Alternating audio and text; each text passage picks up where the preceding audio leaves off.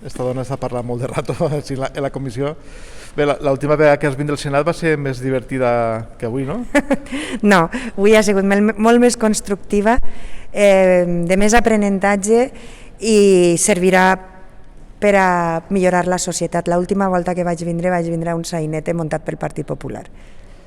Efectivament, no? Per això hauria de valdre el Senat, no? Per a coses com aquestes. No? Estan fent una comissió especial en la qual venen totes les comunitats autònomes per explicar quina és la seva política per a lluitar contra la violència de gènere i violència masclista. No? Un resum xicotet? Bueno, jo he agraït molt i crec que el Senat és el foro adequat per a fer debats serens sobre temes que han de tindre mirada llarga, no?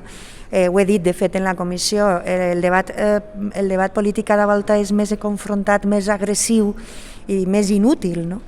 Mentre que este foro de reflexió comuna, en la que tots podem aprendre de tots, doncs és important.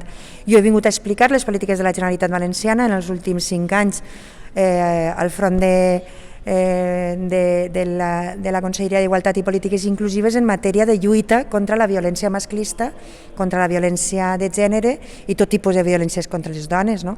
Aleshores hem fet un resum de les mesures que considerem més importants, com és l'equiparació de les indemnitzacions a les víctimes de violència de gènere, a les víctimes del terrorisme, com és l'haver tornat al servei públic la xarxa d'igualtat i haver passat de 35 professionals a 193, com és l'haver ampliat els recursos de dona 24 hores i haver ampliat sobretot el personal en aquestes oficines d'atenció 24 hores a les dones víctimes de la violència i sobretot explicar el Pacte Valencià contra la violència de gènere i masclista, que jo crec que és únic en Espanya en el sentit de que no només és un pacte dels partits polítics, sinó que és un pacte també de la societat civil i que el primer objectiu era traure de la confrontació partidista, no? De l'agressivitat que estem en aquest moment vivint en la dialèctica política, traure d'ahí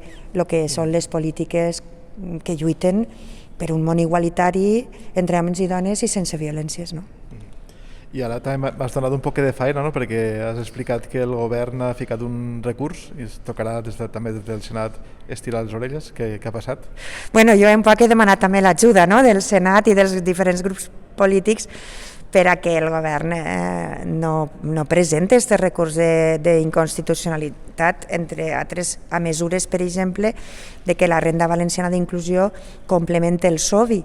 El SOVI és una prestació que ja no se tramita, però que n'hi ha 250.000 dones i 25.000 homes que la cobren. Per això, a més, el complementar el SOVI era molt important perquè són prestacions molt baixes i molt feminitzades. Per cada home n'hi ha 10 dones cobrant el SOVI i que la Generalitat complementi aquestes ajudes. Entenem que en absolut és inconstitucional, però que un govern progressista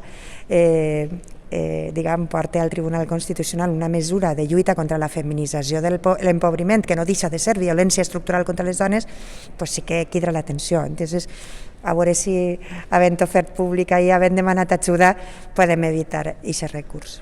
Doncs bé, moltes gràcies, i si no heu vist encara la intervenció, ara no sé com se farà, perquè això és cosa tècnica, ficarem un enllaç per a que pugueu veure la intervenció, tant la intervenció com la rèplica, que ha estat realment interessant i hem après, com sempre. No? Moltes gràcies i això, a continuar, no?